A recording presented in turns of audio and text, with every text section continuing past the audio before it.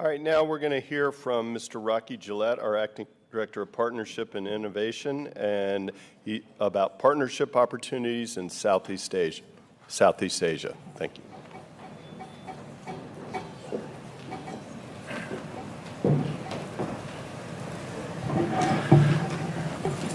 So I drew one of the short straws, and I get to speak to you all late in the afternoon on the last day. But I'm very excited to be here this afternoon to talk to you all about some of the neat things DPAA is doing regarding partnerships and innovation in general and in Southeast Asia. I have some good news and some bad news. The good news is I have just a few slides, and I've been told to go as quickly as I can. The bad news is, after visiting with some of you all yesterday and talking a little bit about partnerships, I decided to change my presentation and my notes and to highlight certain things. So these are my revised notes, and with my increasing age, my vision is deteriorating and my writing is horrible. So if I stumble, please forgive me. And before I get into some specifics about our very successful partnering and innovation efforts, I want to make some general observations. It's been 7 years that we've been fully engaged in building our partnership and innovation program. And if I may, I'll start even before that with setting the stage a bit regarding the successes we've been able to see in DPAA's partnership and innovation efforts. We started about 7 years ago with just 3 people and virtually no budget. This summer, we conducted our 200th partner field activity, and we should hit 250 before the end of the year. We now have dozens of partners who have conducted field activities for us, who are trained to conduct this work to DPAA's standards, and who have been remarkably successful. It also turns out that partners are able to offer partnering solutions that often at a cost savings or cost avoidance. So effectively, we're doing more with less. And turning to research, the Hub and Spoke program we initiated a few years ago will soon include 20 universities and other institutions in a nationwide network with highly trained fellows at each of these institutions, many with PhDs in military history. And they are supporting our historical research and our agency's historical research and analysis efforts. And we'll hear from one of those partners in a minute. We are working on over 90 research projects that advance cases, provide foundational research, and bring innovative research approaches for the agency to consider. And again, one of those Hub and Spoke partners, Texas Tech University, will present after me. Their presentation, I think, will help give you a better idea of the terrific resources and capabilities our research partners are bringing to the agency. Even as we delivered these kind of partnership results to the agency, pursuant to guidance from our Director McCaig, during the past couple of years, we also developed the agency's innovation program. Our main objective for this effort is to ensure that we strategically and collaboratively identify new technologies, techniques, equipment, and approaches to expand the agency's capacity and capabilities in all of the areas we work, research, field activities, et cetera. Now, in our little PI directorate, we've had a habit of flying the airplane as we're building it. But that's because we recognize the urgency of the families. We know the urgency that you all feel. So we don't want to wait and do it perfectly. We want to get going and try and get things out the door that will help. So our innovation team, led by our just selected Chief of Innovation, Dr. Jesse Steffen, has already come up with some terrific innovation projects. They did so, again, even as they were finalizing our overall agency innovation program. One of these was mentioned yesterday, the Isoscope program project with our internal partners, the Scientific Analysis Directorate, the lab, and our external partner for that project, the University of Utah. So, to this slide and the quote. This quote captures some of the truly important things my team and I have learned about engaging in partners. engaging with partnerships. First and foremost, successful partnerships result from relationships where the partners are working together toward a common goal. That just makes sense, right? But perhaps even more importantly is that partners perceive that they are contributing in a roughly equal measure. Partnerships require trust, and that results from partners treating each other fairly and in a transparent manner. That last part's somewhat hard sometimes because within the Department of Defense, we're more used to protecting information than sharing it. And of course, with our efforts, we don't want to, we have to protect privacy, and we don't want to reveal where sites are because that could result in scavenging. So we have to have a balance, but at the end of the day, we need partners to believe that we're providing them all the relevant information that we can. But it's the last word in this quote I really want to highlight. We didn't really anticipate this to the degree we're seeing it when we started partnering. But as Director McKeague and others who have visited partner activities or otherwise worked with partners can attest, our partners uniformly come to share our passion for helping with the accounting mission. I think you'll get a sense of that from Texas Tech, who are Texas Tech partners. As you will see exemplified by Texas Tech, our partners believe in this mission. They recognize the tremendous sacrifice made by your loved ones, and they passionately want to help the families. That may be the best thing about my job, is seeing that passion. So you could call this slide, why do we partner? And to put it simply, partners expand the agency's capabilities and capacity in pursuing our noble mission.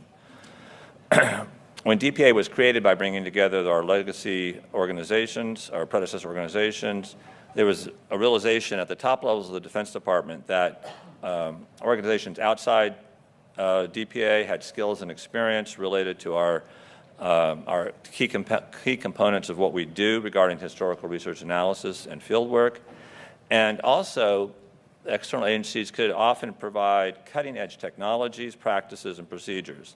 So we were given express authority, statutory authority to enter into partnerships. It really was a new thing. People were talking about strategic partners, private-public partnerships. We didn't really have a roadmap, but we had the authority. And we were provided the authority to enter some really neat arrangements such as cooperative agreements to effectuate partnerships, very flexible instruments that we've put to good use. Whoops. Back.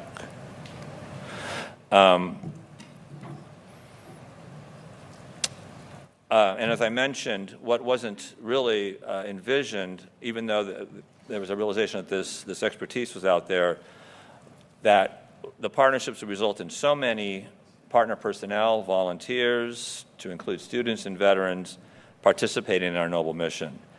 And this, in turn, as I've noted, has resulted in truly passionate partners. We now have partners who have conducted one partner has done more than a half dozen field missions. Others have done field work under really challenging locations, Tarawa, Philippines, Laos. One partner drove for several hours, hundreds of miles in India to take possible remains to the embassy that was located hours away from where the site was done. I've had students who participated in partner field activities and who learned about the sacrifice of that young hero become just so touched and have told me afterwards that it was one of the most moving experiences of their life that they'll never forget. It's happened more than once. So, how does it work? To put it simply, our PI team identifies, cultivates, and maintains partnerships that complement DPA's research field, innovation, capabilities, and capacity. One of our main goals as we do this is to only work with with qualified entities. We spend a lot of time vetting our partners. We coordinate, collaborate internally to make sure that their skills and experience are, others in the agency agree that they have qualified experience and skills, and we have training for them to include our forensic academy that virtually every partner who does a field work will attend that training, which is provided by subject matter experts within the agency. We used to do it live in Hawaii, now it's mainly virtually. We'll probably try to go back to live because it's more effective. Our partners absolutely must meet the needs and standards established by the agency while enabling us to tap into their resources, expertise, and cutting-edge technology.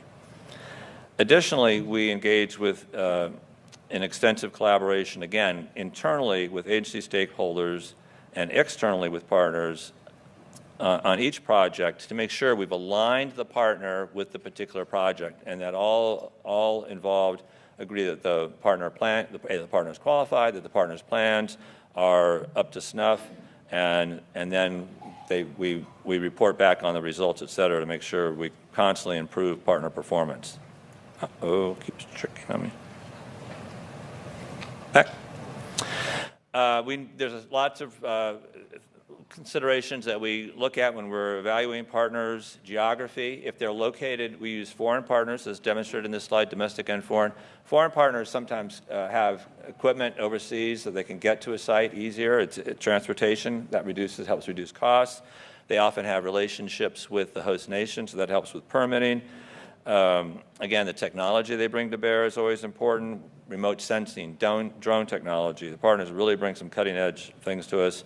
And expertise in areas such as geospatial data analysis and comparative data archaeology. I'm learning a lot about these things and from our partners. We are now working with more than 120 active and developing partners across the country and around the world, as you can see in this slide.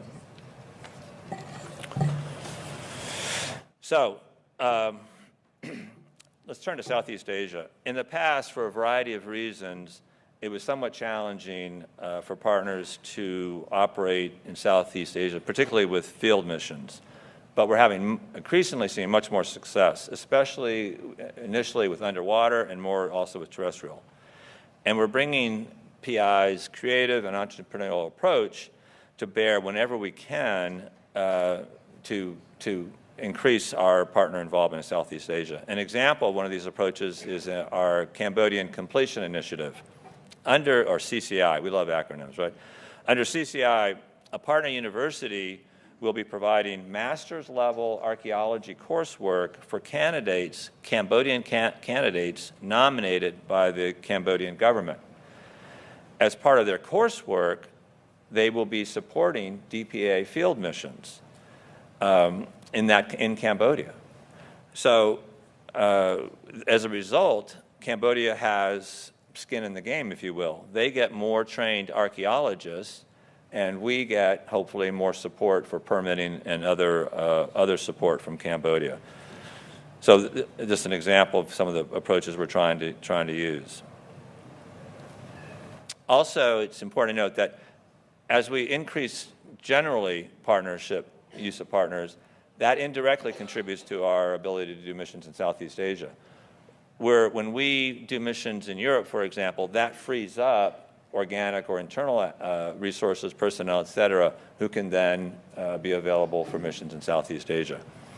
And there was reference to the flexibility of partners and how that can help indirectly, I guess, contribute to more missions in Southeast Asia. There was reference to Laos recently changing the rules and preventing some or making very challenging pursuing some partner efforts that we had planned for Cambodia.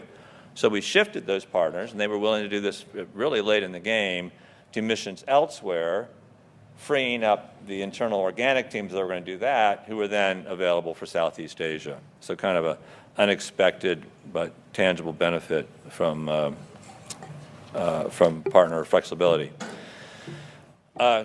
Looking at research, DPA has more than a dozen active partner research projects related to Southeast Asia. Some are listed on the slide, and it's worth noting that these include some innovative approaches and advances, such as using GIS visualizations to provide better research support to agency stakeholders. You'll be hearing from Texas Tech University shortly, which is one of the partners highlighted on this slide. Texas Tech offers an extensive and truly unique archive of important documents and resources related to the war in Vietnam. Our hub and spoke fellow there, Carie, Nguyen, I hope I pronounced that right, who was born in Saigon, brings her extensive military history education and Vietnamese language skills to a project that entails translating books by Vietnamese military officers and others, and those books occasionally have accounts of shoot-downs or other events that should help our resources. And they will discuss other neat things they're doing to support our research efforts. So I want to finish up by highlighting that we are doing more with partners in Southeast Asia across the board. As this slide depicts some underwater efforts by one of the underwater efforts I referred to, the picture on the left shows personnel from the Scripps Institute of Oceanography, one of the premier oceanography, maritime archaeology organizations in the world. They're on a Vietnamese ship that was provided for the Vietnamese to support us, and they're preparing to use quite advanced underwater UAV and ROV equipment in the and that Scripps also put divers in the water for this effort, which was in the Gulf of Tonkin and took place last July. We're following up with Scripps for another underwater mission to the Gulf of Tonkin next month. And we're doing more terrestrial projects in Southeast Asia as well. The second photo shows a partner who conducted an RT, a recovery team effort in a remote site in Cambodia last March. As noted in this slide, in FY24, we have completed 4 partner ITs, investigation team efforts, and 2 RTs in Southeast Asia. We're flipping that for 25, and we'll be doing 4 partner recovery team efforts and 2 ITs are planned for FY25. I want to thank you all for the opportunity to tell you what we're doing in PI to help with this noble mission. I do also very much want to acknowledge that everything that we've done has resulted from our leadership, Director McCaig, our Principal Deputy Director, Fern Sumter Winbush, our unfortunately departing Deputy Director of Operations, Matt Brannon, who have provided us the resources, the personnel, the funding to do all these things. We went from that 3 and 0 to now roughly 10 government service folks and 30 support people and a multi-million-dollar budget, and they got us that, and I hope we're delivering good results for that support. And I just note finally, partnering is a team sport. Every single partner mission requires collaboration and coordination with our regional directorate colleagues, with the scientific analysis in the lab, with policy and plans for permitting, with our IT folks, with general counsel, et cetera. So we really would not be where we were without that terrific all-of-agency collaboration and coordination. I like to say it takes great internal partnerships to build successful external partnerships. So that concludes my remarks. I'm going to be followed first by, from Texas Tech, Dr. Ron Milam. Ron is the Executive Director of the Institute of Peace and Conflict at Texas Tech University. Ron? Thank you.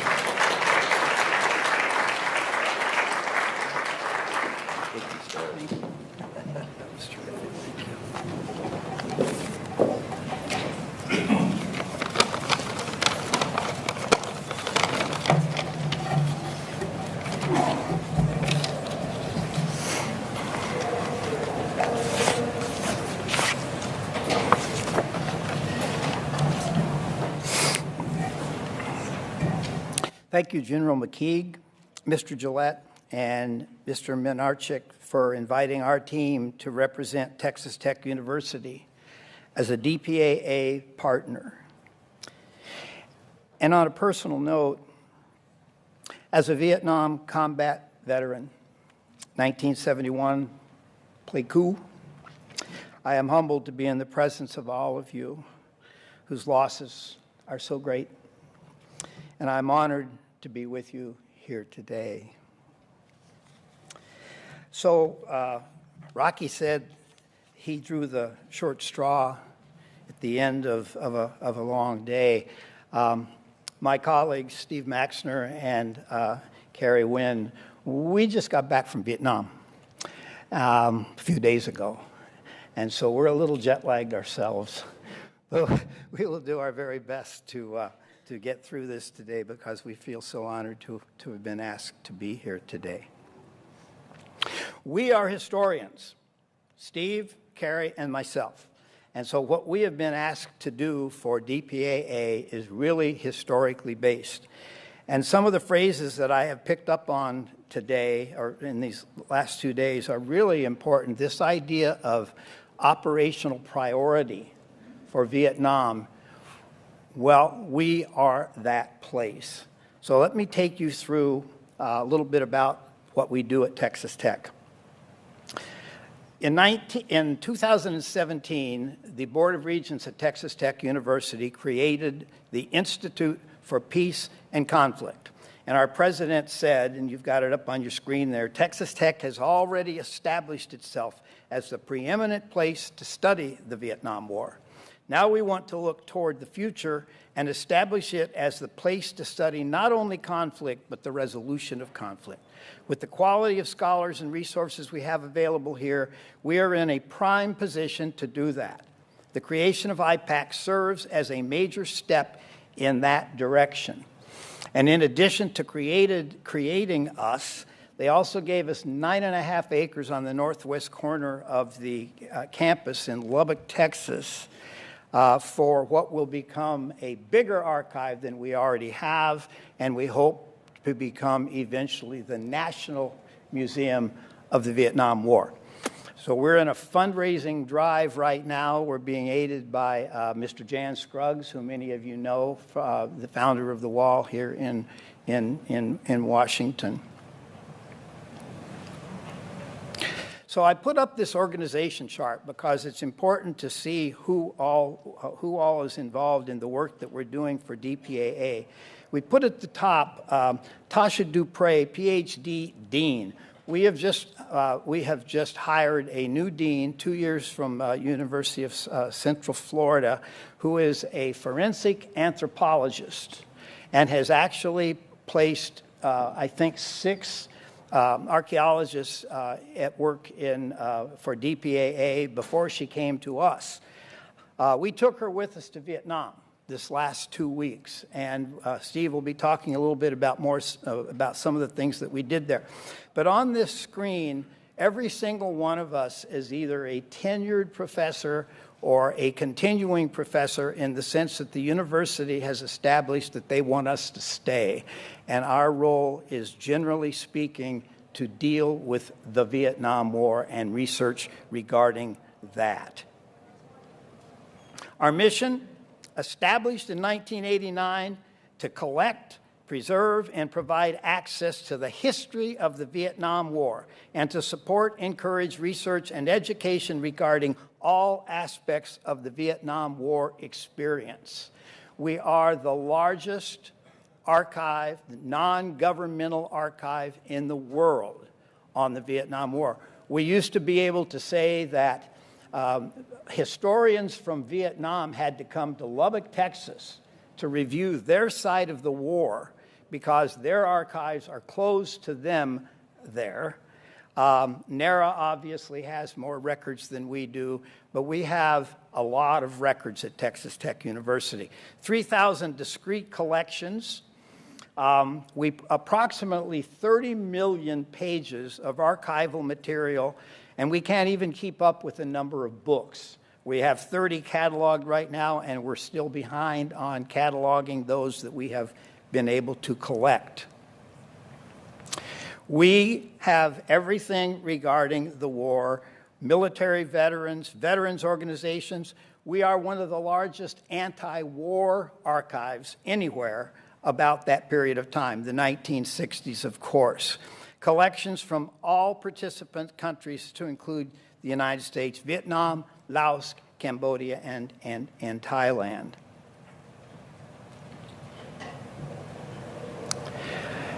We have established the virtual Vietnam archive. That is, we have digitized a third of our archival material. And you can see on this screen some of the materials that we have. This all started back in 2001. We received a grant from money from the federal government, the Institute for Museums and Libraries. We got $3.4 million to begin the archival, the digitization of the archives. And it was at a time when a lot of people were wondering, why are you doing that? Why don't you just let people have to come to Lubbock, Texas, or wherever that may be?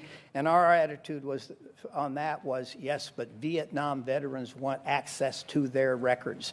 And we're one of the only archives anywhere that you don't have to register to use our archival material. So a lot of veterans 30 years ago didn't want anyone to know that they were doing research about whether or not they had been exposed to Agent Orange through a lot of the after-action reports that we have on record. So they could now go in and do their research without having to physically show up, and they never had to sign anything. So, and the name, the Sam Johnson Archive, that's a new name that we have established because it was Congressman Sam Johnson of Fort Worth, Texas, who was also a POW in the Vietnam War, that was able to get us the millions of dollars that we needed to get the archive, the virtual archive started.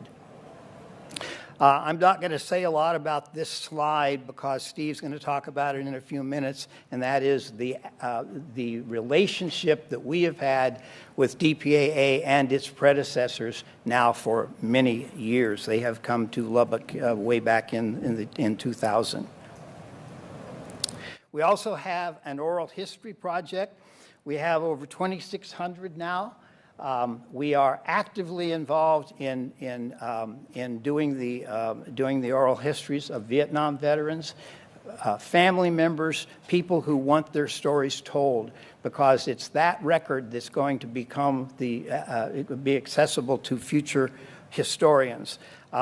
We're very active in that. There is a form. When you go on our website, you can see the form to fill out to get in line to be interviewed. We do the interviews telephonically, and we've actually moved our oral historian now to Dallas, Texas, so it's a little bit more convenient for us to do some of the work with the larger demographics of Dallas. We also publish books. There's over 20 books in our collection. Generally speaking, they're all on Vietnam, but we just recently published a book called Charging a Tyrant, which is on the Iraq War. I also call your attention, and these can all be accessed on Amazon. The book called Girls Don't is by a woman who followed her boyfriend and then husband to Vietnam. He got a job as a clerk in Saigon, and she went into Cambodia as the only woman reporter that went into Cambodia. Also, Crooked Bamboo is a memoir by the secretary to Ngo Dinh Diem, the last person to know him before he was assassinated in 1963. And then the next generation is so important to us. We, my partner Steve Maxner and I, teach study abroad in Southeast Asia every other summer. We've taken over 100 students to Vietnam. They all come back with the idea that, my goodness, what a terrible place, what a beautiful place to fight a war. And their attitude is completely changed from what they believed and what they had heard about the country of Vietnam. We like to think that at Texas Tech University we can study about the war, but we also want them to know that Vietnam is a country and not just a war. And so we do that virtually every other summer. And the next one of those will be June of 2025, and we look forward to doing that. So we're very proud of what we're doing at Texas Tech. The pictures that you see there, Canton University at the top of the screen, and the picture at the bottom is one of the hardest days for our students, because we believe that history requires them to know everything, and that's a picture taken at the base of the statue at a place called Milam, and we all know what happened at that terrible place. So we're so happy to be here and tell you a little bit about ourselves. I'm going to turn it over now to my colleague, Dr. Steve Maxner, who is the director of the Vietnam Center and Archive at Texas Tech University. Thank you.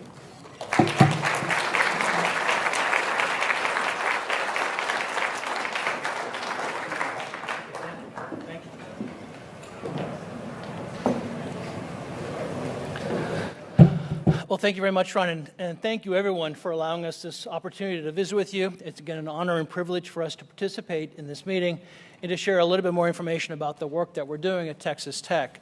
As Rocky mentioned, we feel this incredible passion and commitment to the ongoing mission to account for the missing from the Vietnam War.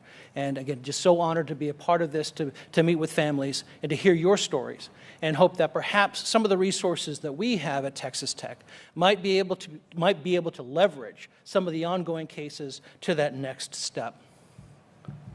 So my purpose today is to discuss some of the archival resources we have and how we can collaborate with partners on utilizing those resources to hopefully, again, find materials that can help with ongoing cases. As Ron mentioned, our collaboration with DPAA and precursor organizations goes back 25 years. First, researchers coming from Hawaii in 1999, followed by another delegation in 2003. That time was also a paradigm shift for our project, as that was when we developed the virtual Vietnam archive. And the creation of that was novel, not just for us, but for the country. Not a lot of archives were doing that. But we saw the imperative to get the materials we have digitized and available for researchers, as Ron mentioned, for veterans, but also for this type of mission.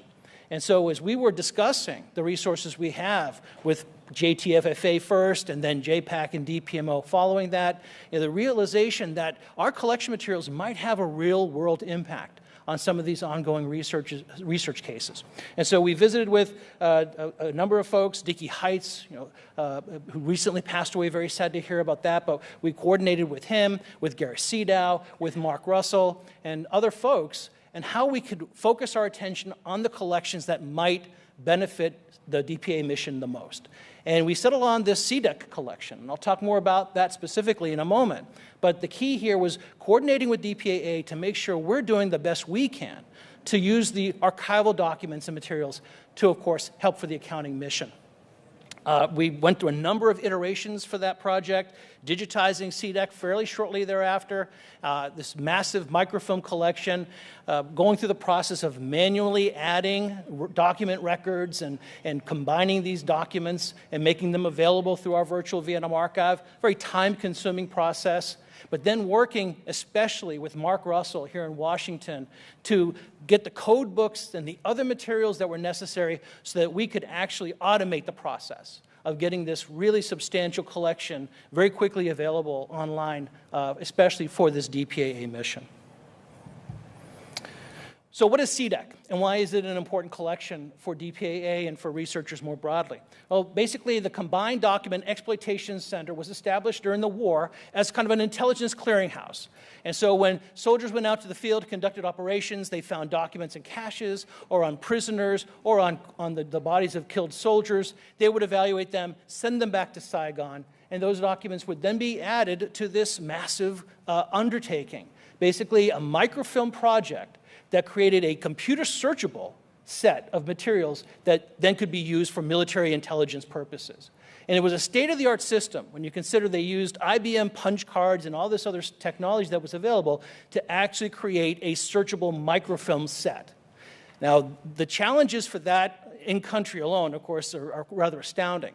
But in terms of the post-war period, how do you take 2.7 million pages, 261,000 plus documents on microfilm and turn them into a usable research collection for the mission like DPAA's. And so we realized the only way to do that was digitization. We started that process, got the collection digitized again in 2005, again in 2015 with data that we were able to extract and make this collection more widely available.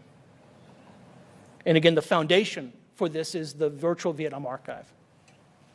So given the size of the CDEC collection, we realized in addition to putting it online, we also needed to create some way of collaborating And basically, how do we work together with other partners, with other organizations and institutions to make sure that we're getting the most benefit from this collection?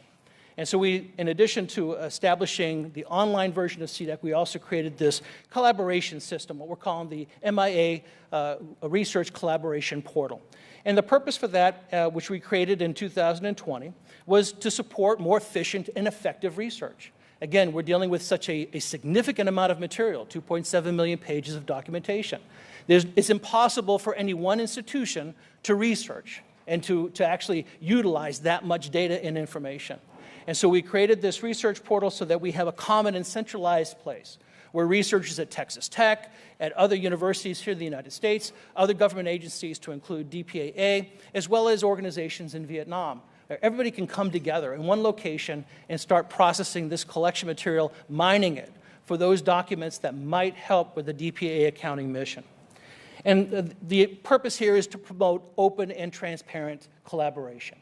And from our perspective, that's key, and I think you all would agree with that, especially given the time-sensitive nature of the work that we're all engaged in. And as has been mentioned several times during these meetings these past 2 days, we only have a narrow window of opportunity to get additional information on these cases and push them forward so we have the fullest possible accounting. And having a system like this will help to, of course, facilitate that.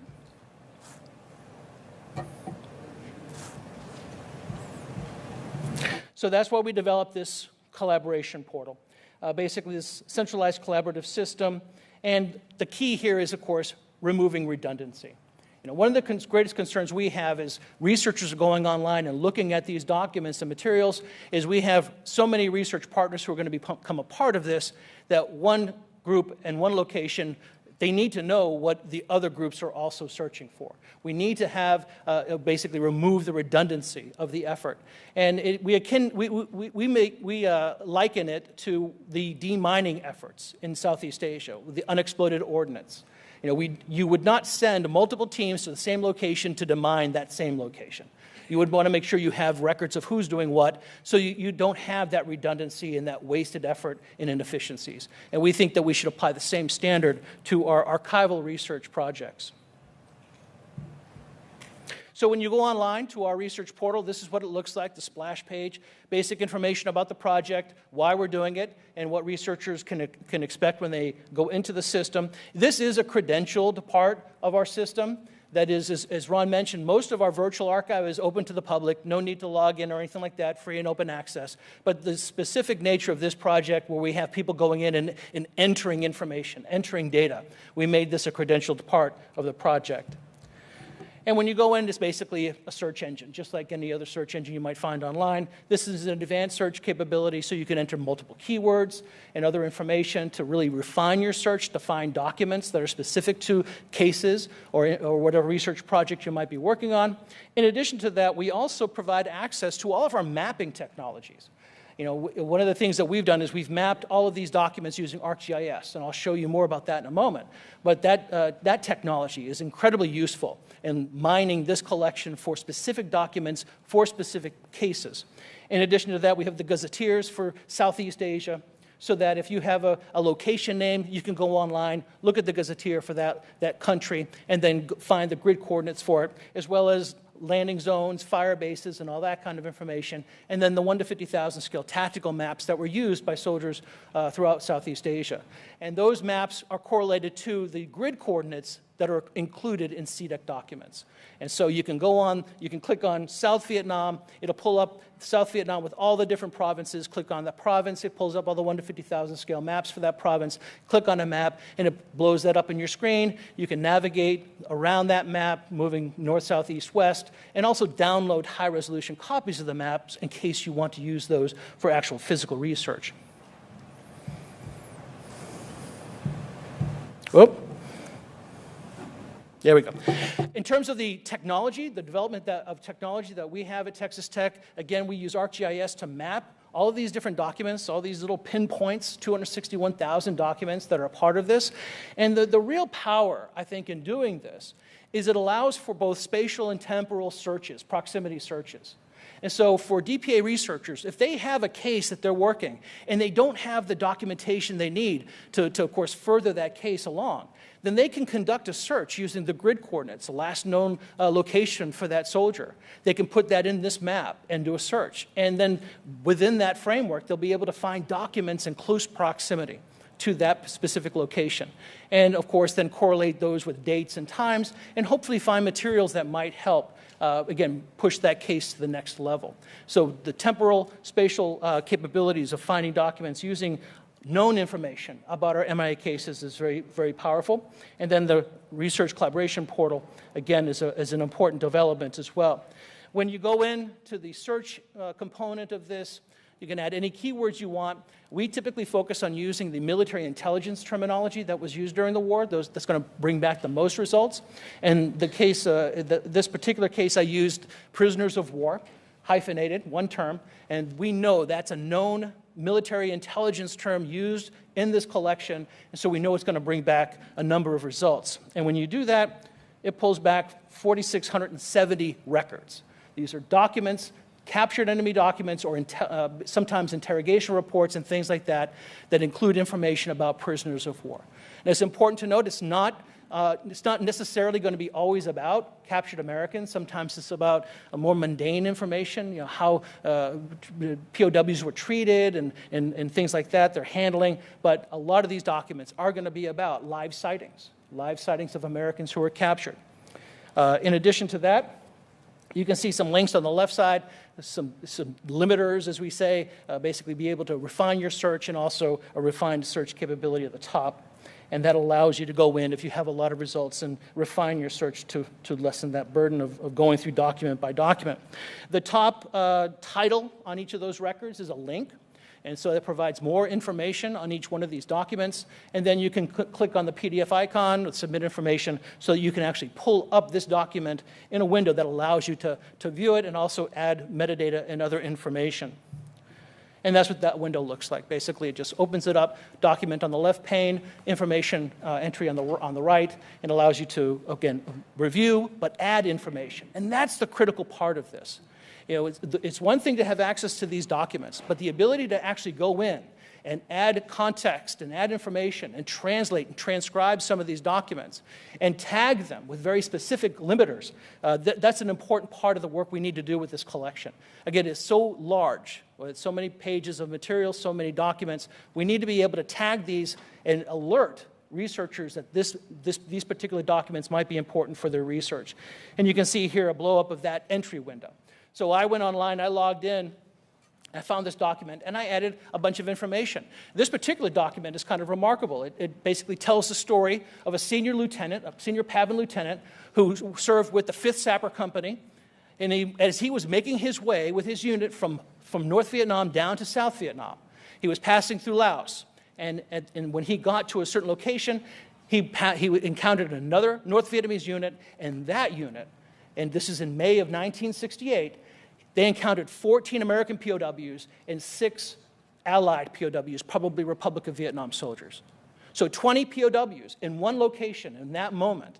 And this soldier is basically being interrogated and retelling that story. Now, we have no idea whether or not those 14 Americans made their way all the way to Hanoi, and of course were returned in 1973. But this might be a starting point, a leverage point, where a DPA researcher might find that information very helpful for an ongoing case. A lot of missing Marines engaged in the battle at Khe Sanh, and so these are some of those Marines that were eventually, of course, sent northward.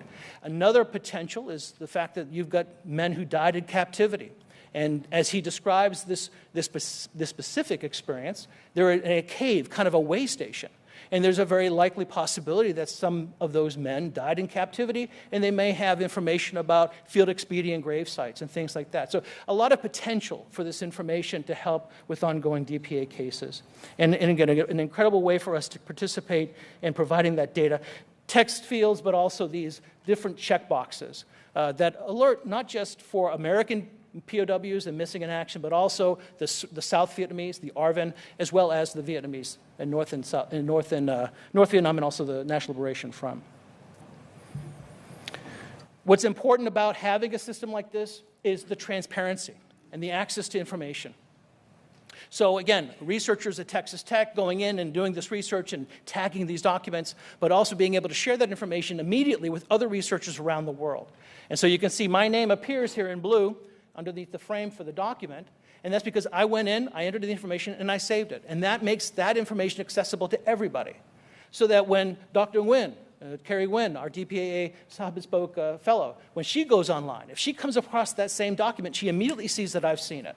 She immediately knows what I've tagged in that document, and she doesn't have to go through the same process. It saves her a tremendous amount of time, and it would do the same thing for researchers at DPAA or in Vietnam or anywhere else. And again, we think that that's an important part of our role in this, to streamline the process of not just conducting research, but sharing information about these documents to make sure that we're not wasting time spinning our wheels and doing redundant work. And then if she goes in, she has the ability to add her own information in her own fields, and her name would appear there. And so other researchers who go online after her see that document, they'll see both of our comments, and they'll be able to add information and so on. And again, a collaborative effort to process these documents and mine them for that critical information that might help with DPAA cases. I think I broke it. There we go. And then another important feature is the ability to share that information with a wider audience. So an email feature that allows you to basically say, okay, I want to email this to myself or email it to somebody else, and then share that more widely with other researchers who may not be part of this, the CDEC collaboration project, but they can still get that data, that information with links, and that way they can still go online and find that information. So how might these CDEC documents assist with the DPAA accounting mission? Well, again, the ability to conduct temporal and spatial searches, using the information that we have about our missing, the American missing from the war, and being able to use that information to go in and do targeted searching for those locations and hopefully finding materials that are relevant. Again, those documents contain very personal information. You know, one of the things that I didn't highlight, but that report for that lieutenant that served with the sappers, that document also included his place of birth, his date of birth, his parents' names. And that information is critical for the DPA research teams when they go out and they try to find that soldier. That information is what's going to be critical to them finding that soldier, because there's a lot of repetition in Vietnamese names. And so that will help them substantially. Some of these documents also have personal addresses. I just took a quick snapshot of this one because it has names and addresses for the soldier, for this document that belonged to a soldier, a North Vietnamese soldier. And so if that document was found, again, in proximity to an American who's missing, they would have a very specific point. And there's not a lot of movement of families in Vietnam. Those addresses are pretty significant and not necessarily static, but certainly dependable. And so the ability to go and track down that veteran or someone related to that veteran is going to be very significant. And then finally, of course, it's the surviving veterans we're trying to target here. The surviving Vietnamese veterans who might have information about where Americans might be buried, where their remains might be found.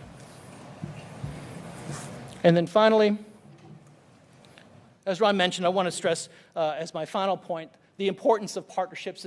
As Rocky mentioned, these partnerships are so important and critical to our overall success and our overall mission. And for us, those partnerships are, of course, with DPAA, but also partnerships that we're developing within Vietnam. As Ron mentioned, we just got back from a trip, a wonderful visit with 4 universities, Hanoi, Hue, and Ho Chi Minh City. And those universities, universally, they want to be a part of this. They want to work with us. They want to review these CDEC documents. They want to have their faculty and their students involved in these research projects. And they want to tag these documents and help with this mission. And so, again, an invaluable resource, an invaluable ally in looking at these documents, and especially the Vietnamese language documents, so that they can help us process those more efficiently and effectively. We also work with independent researchers in Vietnam who are also mining these documents. And a big part of this for us, too, is identifying documents that can be returned to Vietnamese families. And for us, it's a question of making sure that we're affording an opportunity, just as our families here. You would cherish receiving a diary or a bundle of letters from your veteran. It would be one of the most meaningful things you can get besides, of course, receiving the remains. Those families feel the same way. And so we see it as an important goodwill gesture to promote that bilateral relationship between the United States and Vietnam, to make sure they know we're obviously very concerned about our own families, but we want to make sure that we're providing them with information that might be helpful for their accounting initiative as well. And then as a final point, I want to emphasize the importance of the ARVN in our work. The Republic of Vietnam, they lost as many soldiers as the North Vietnamese in the National Liberation Front, 250, 300,000. And those Vietnamese American families are still waiting for information about their losses. And so whenever we can, we promote that. It's a very, of course, sensitive subject for the Vietnamese government, but those veterans, those surviving veterans here in the United States, have important information for the Vietnamese government from the period 1973 to 75 after we left. CDEC doesn't have that information. ARVN veterans do. This is basically a partnership, a three-way partnership. The United States, Vietnam, and the Vietnamese American community. And we're very proud to be a part of it and to be the only university in the United States who's working on the MIA and legacy issue regarding all three sides. So thank you all very much, and I'll invite my colleague, Dr. Carie Nguyen, to come up.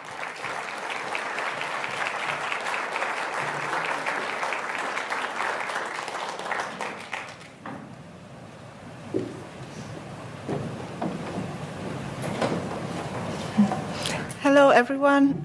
Can you all hear me okay? It does feel really scary standing up here. And my heart just wants to jump out of my chest. So thank you, everyone. But I think I'm lucky because I feel like this group of people who are sitting in this room today, you are a very kind and caring and loving audience. So that helps a lot. First of all, I would like to say thank you to Mr.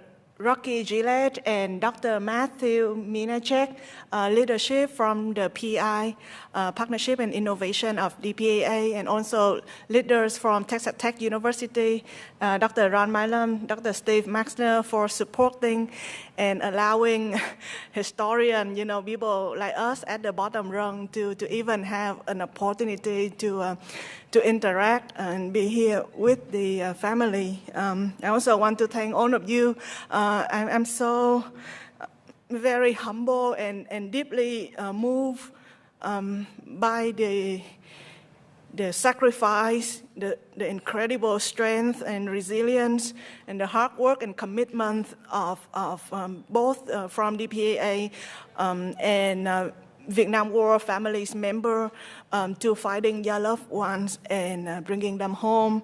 Thank you to some of the family that I had the honor of interacting in the last 2 days, Therese Daniels, Jane Adams, and Brian Danielson. Thank you for your grace and kindness in sharing with me your story amidst 2 very emotional and challenging days. So I understand that being here, in this room is not easy. It emotionally and physically too, it's very challenging. So I want to thank you for your kindness and for your grace.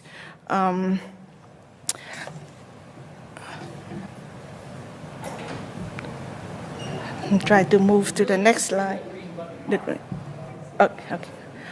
So this slide, it would give you sort of an overview, like the structure of my very short presentation. So it will have 3 big components. First, I will share a little bit about my family background.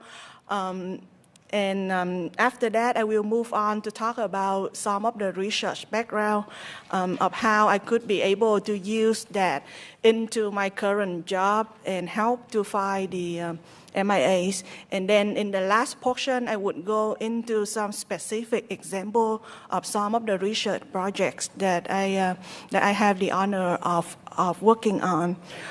So first of all, about family background, I actually still, revise my slide last night until this early morning because honestly, at first, we thought that maybe should keep the presentation very, clean and technical, who cares, who going to care about my family background, right? But being here and interacting with all of you, with the families, it changed everything. Like it educates me, like it tell me what this is all about, what the mission is about. It's about the people, the human that I am interacting with. And how can I help them, if I'm not being vulnerable to them, right? They already been vulnerable by entrusting the mission of finding their loved one into my hands. Then how can I not, also open up back to them and tell them where do I come from, who I am. So some of the picture that you see on the slide, it gives you a overview about my family. My mom, she was born in Huế, into a very poor peasant family, and all she did, was pulling up vegetable like carrot, potato from the ground and sell it at the market. And they were Catholic, so in the Battle of Huế, I don't know if you're all familiar with Vietnam War literature, but in the year of 1968, the Tet Offensive, her house and together with many others being bombed to the ground. So they ran to the church, but then the church was also bombed.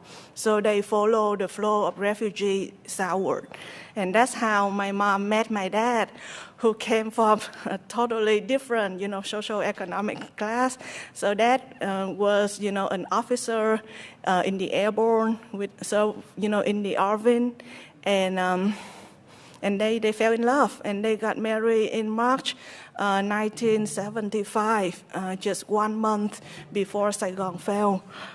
In fact, when I talked with Jane Addams about that, and then she shared with me that she also had just married her husband 1 year before he went to Vietnam and never came back.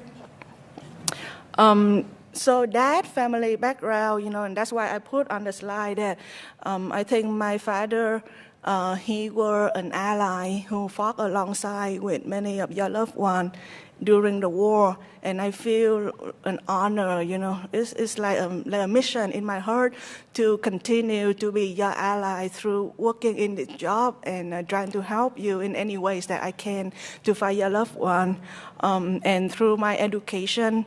So I got my doctoral degree from Texas Tech University in U.S. military history, and that also helped me to have a stronger, deeper cross-cultural understanding and empathy for how terrible this conflict, this Vietnam War, has impacted both your families and my families.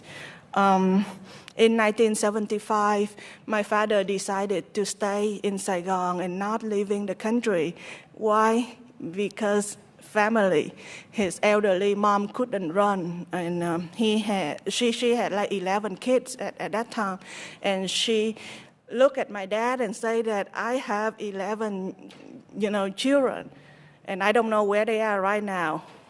You, pointing to my dad, just happened to be stationed in Saigon at that time. If you also go, then I would have 0 kids. So my father decided to stay and take care of his mom with the newly wedded bride, my mom, and face the consequences of being sent to what they call the re-education camp. And he passed away after that. Serving time. So let's move on to talk a little bit about my research background.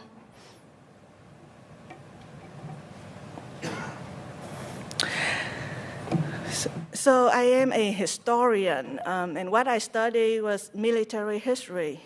But how I explain to people is that this is military history from the bottom up. What do I mean by bottom up? Math in a Mad War, that was the title of my dissertation, which I'm hoping to turn it into a manuscript and eventually a book. I know some of you in this room might heard about MAD, MAT. So these were the U.S. Army Mobile Advisory Team. And they were, very small unit of usually like 5 men, one team leader, one assistant team leader. So you got like 2 officers there, and then usually you have 3 NCO, 1 heavy weapon specialist, 1 light weapon specialist, and 1 medics.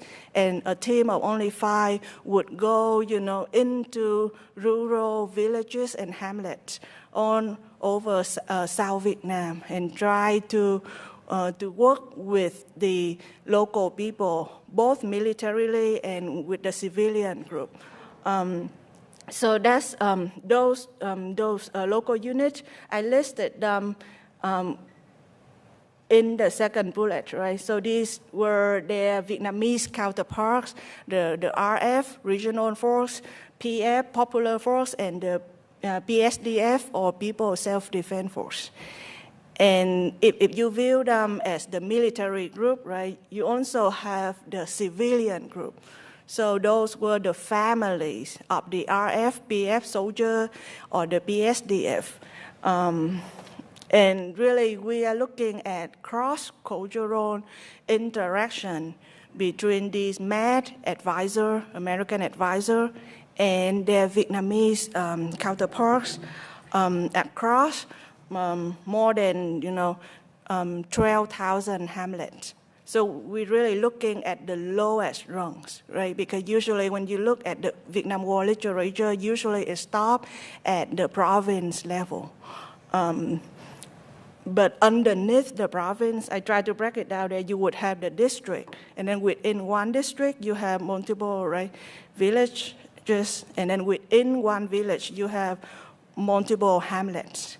So that kind of detailed orientation that I was fortunate to learn and to receive the training with my dissertation study helped me with my job, right now, to pay attention to details, because when you go and try to find, and I'm sure you got a sense of that from the previous presentation, one province will probably be very big. You need to be able to narrow it down. Even, one hamlet, still pretty big. And the study about the U.S. Army Mobile Advisory Team was really, the MAD advisor, they was like a microcosm of the U.S. Army ultimate understanding and application of the irreplaceable civil-military integration. The Army finally understood that they could not separate the 2 things. If they're going to train to work with the local soldier, they also, have to interact with the civilian. And that's, where my studies show that, how usually in counterinsurgency, they talk about winning hearts and minds. But this guy, the MAD advisor, I argue that they were confronted, with all of the stereotype about the Vietnamese people in general. And they learned what those hearts and minds were about from the beginning, before even, having that arrogant notion of winning anything over. No, they didn't win anything over. They were pouring their hearts out, trying to help the people and trying to understand, to even, learn what are the Vietnamese hearts and minds were about.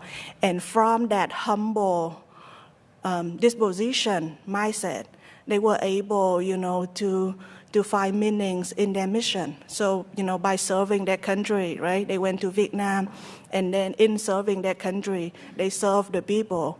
And they make genuine friendship and connections that last until today, 50 years after the war. I know that some people, still try to find their Vietnamese counterparts.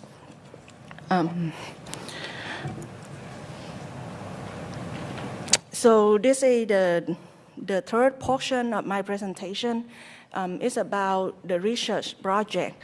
So I would like to start the presentation in this portion by sharing with you a Vietnamese proverb. It's pronounced as biết người, biết ta, Jam Jung, Jam Thang. And if you translate it loosely, it means that if you know yourself, but you also need to know, other people. Then if you have to be fighting in 100 battles, you would win 100 times. So this language project is about there is a series. The title of the series called The Heroes of the People's Armed Force.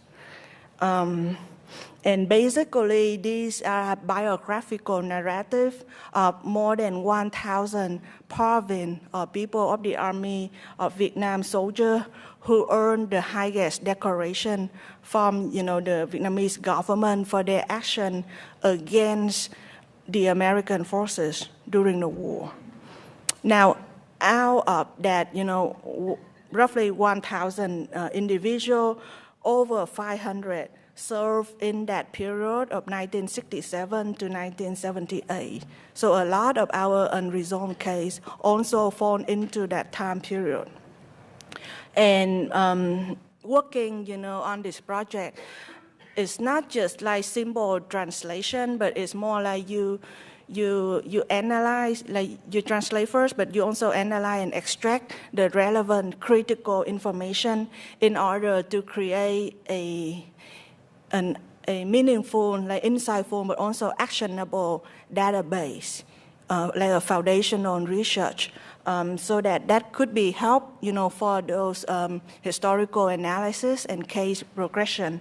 So right now, the status of this project is that we at Texas Tech, we already digitize all of it, and it's available, online. So like Dr. Maxner share and Dr. Milam share about the Vietnam archive, right? So that's why I say that it has like mutual benefit for both partners. So for the DPAA researcher and analyst, they can go on their internal drive and they can access the document, like the scan of these 8 volumes. But for public, audience, family members like you all, you can also access it from the Vietnam archive at Texas Tech. And I am happy to, to help to show you that if anyone needs help after my presentation. So this is another specific example. And I know this is a lot of Vietnamese foreign language, so it might look unfamiliar. But you see all of these colorful highlights, right? These are very critical information that could help with our unresolved incident. For example, this is a biographical narrative about Nguyen Văn Bảy, and he was a first lieutenant, and he served as an assistant commander of Company 1 in the Air Defense Command of Regiment 923. And within this narrative, you can see how you can extract a lot of information regarding the timeline, right, the location, and also those yellow highlights. It was about the circumstance of the engagement, of how they would be, very strategic in the sense of how they attack our aircraft, right? So, for example, in that bottom paragraph,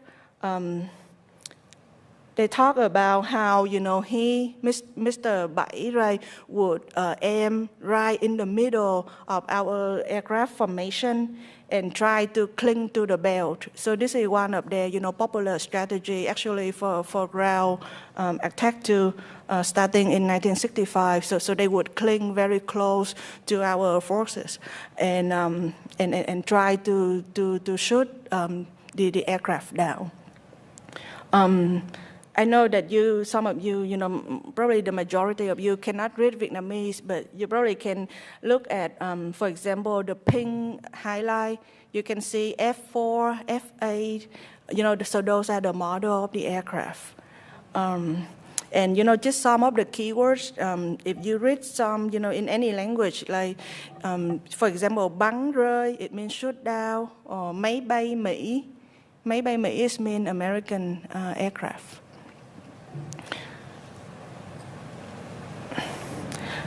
So again, from the biographical narrative of, in quotation mark, the enemy, right, during the war, we would be able to extract a really powerful set of information that would be helpful for the long term, for the foundational. For example, you can extract details on days of incident, and then based on that, it would help with the order of battles. You could also find details about the unit, right? So which unit that Mr. Bai, that previous slide served in. And then sometimes you would see them mention, maybe just the nickname or the first name of their comrade or unit members. So those could be, like a platoon commanders. And that also help, for DPAA in terms of how we try to find weakness. And really, even if the information from one guy, may be related to a case that already closed, but that's still helpful because, sometimes that one anti-aircraft unit of Vietnamese, they might be involved in multiple of our unresolved case. So that's why it's called foundational research. And the other columns within the slide just really try to categorize and show you what kind of information that we can extract from the biographical narrative in terms of specific location, territorial boundaries.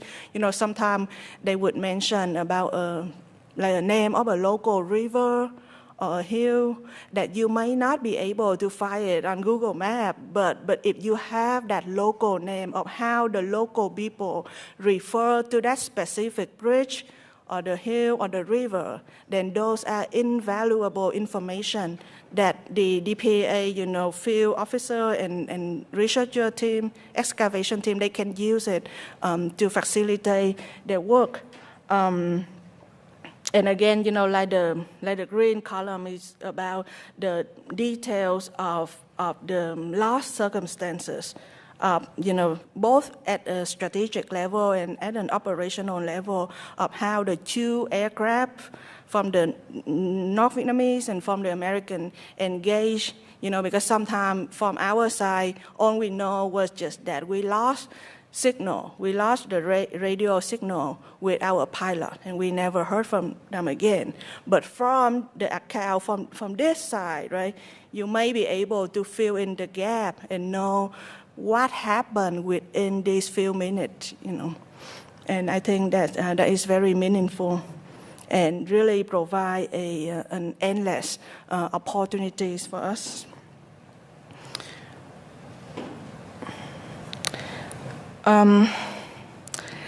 So this is the last slide in my portion of the presentation. I put some keywords on it, and I would like to explain. So when I was sitting, on the airplane to going back to the U.S., to Lubbock, Texas, I don't know you all know where that is, from Vietnam, and leaving behind my mom, my brother, my sister-in-law, my nephew, my niece, my mid-90s maternal grandparents who are pretty frail right now, and we don't know how much longer we have them. I kind of didn't really know, the reason why I am coming back to America. But in the last 2 days, having the honor and the privilege of sitting here and interacting with all of you, families, I think it gives me the reason. And bones and chopstick. So yesterday, when I listened to a very powerful presentation by Dr. Nicolette Parr, our forensic anthropologist from DPAA, and there was a picture of a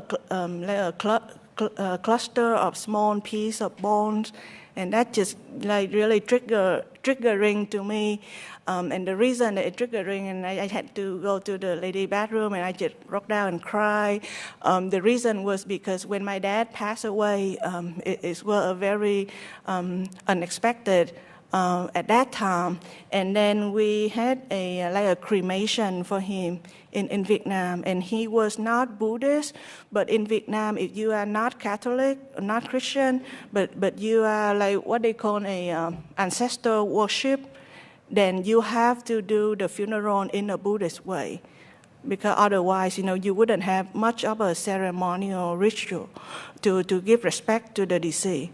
So after they took the coffin out of our house after 3 days, and they burned Dad, and I don't remember how many hours, because it was a very chaotic and exhausting day, and Mom already passed out multiple times.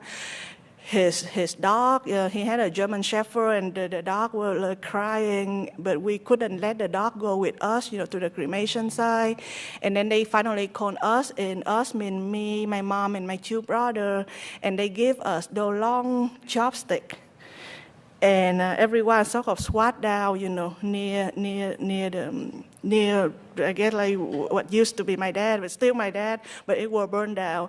And our job was collectively to use the long metal chopstick to pick out the pieces of the bones and put it inside a ceramic urn.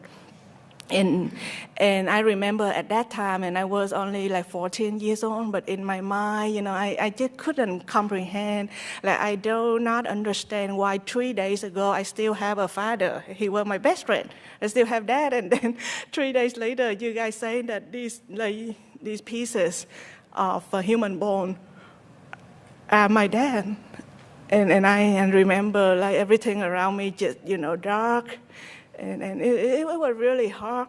But then 24 years later, so Dad died in 2000, and then now it's 2024.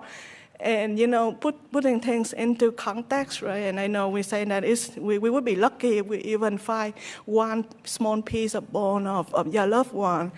And everything just come full circle. And I think that we share, I share with you I understand your sorrow, I understand your grief of losing, still fighting your loved one. And I think that the love that we all share sitting here, the love that we share with our family members, that love is stronger than this, temporary separation is. That love is stronger than the war was, and that love is stronger than death is. And gratitude, I put that word there because I want to thank you from the bottom of my heart for your service. I know your family members serve, but you also serve. And I thank you for your service, and I thank you for your immense sacrifice. And the commitment is the last word on my slide. I just want to reaffirm, and I know Dr. Ron Milam, Dr. Steve Maxner, everyone here at Texas Tech and at DPAA, our partners too, PI, DPAA, TTU, Vietnam Center, and Archive. All of us here, we are committed to this mission of finding your loved one and bringing them home. Thank you so much. I know it's been a really emotional 2 days. If I make any mistake in my presentation, please understand that is my individual mistake. It doesn't represent my institution nor DPAA or PI. I ask for your grace and forgiveness, and thank you so much.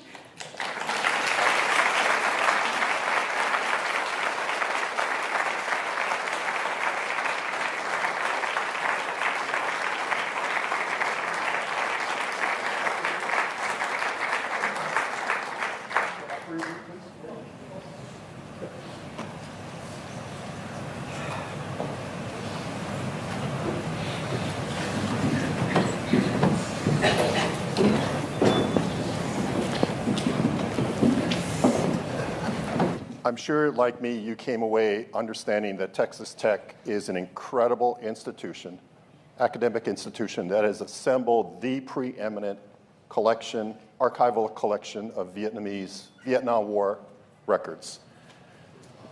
Ron mentioned that we have been privileged to partner with Texas Tech for 25 years, well, long before formal partnerships came about. And we benefit greatly from that partnership.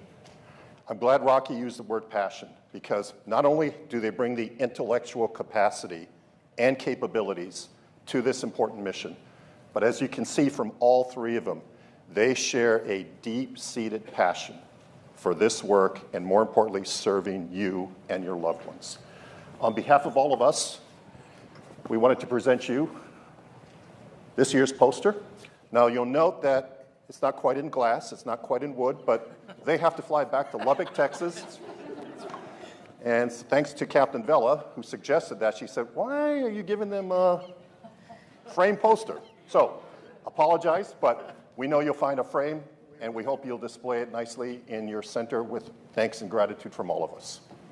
Thank you. Thank you, Ron. Thanks, Steve. Thank you very much.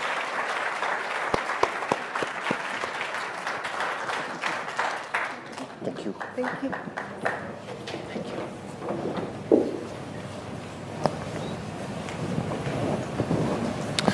Before we transition to the Q&A, if I could have Colonel Michelle Schomburg come up, please.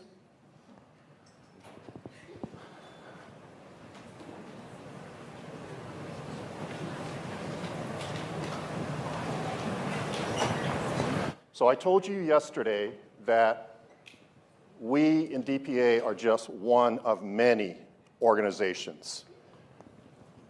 Your primary interface with this mission are your service casualty office. The lady next to me for 5 years, starting as a case manager, and for the last 3 years as being the director of the largest service casualty office in terms of the losses. Not only are they looking for soldiers, but they're also looking for airmen from World War II, who at times served in the Army Air Corps. Those losses combined dwarf everything from the other three services. Michelle, on behalf of my teammates in DPAA, thank you for your leadership of Army Casualty. Thank you for everything you've done for us, and I know the families are very appreciative, not just the Army ones, but also the other three. Yes, sir. Thanks very much. Appreciate it. You want to say something? Sure. I will be brief, but I do think, obviously, not taking this opportunity to say thank you to everyone, I'd be remiss. So it's fair to say that anyone who spends even a single day, sir, supporting, be it the service casualty mission or working with your incredibly dedicated and talented team at DPAA, sir, I get a little emotional up here. I apologize for losing my military bearing, but leaving is very difficult because there is still so much work to do. And I can assure you that my team, my Army team, especially my group of dedicated civilians, they will continue to show up every day and push harder for more time, more money, more resources, to do what we do day in and day out. Again, sir, thank you. Your leadership, it's inspiring. You've shared your incredibly talented team with us.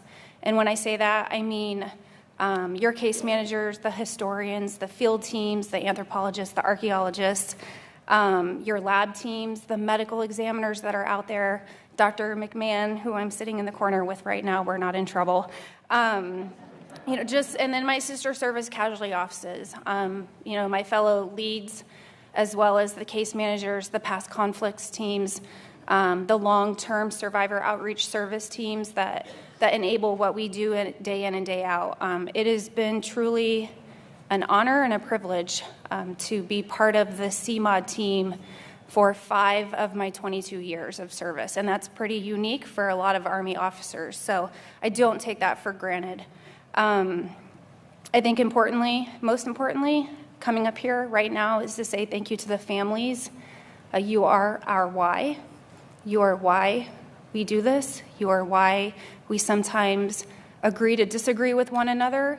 You are why we, sir, use you and your team to leverage and to program and to fight for more resources from the Department of the Army, and we'll continue to do that. So in closing, I say please continue to tell your stories. I know a lot of us have said that to you, and a lot of you that are here for the first time, which, you know, in my heart, when I saw the hands go up, you know, we are right where we are supposed to be today and every day doing this mission and doing what we do.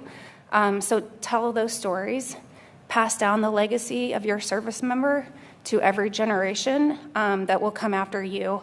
And again, just simply from the bottom of my heart, thank you. Sir, thanks for a moment to recognize everybody.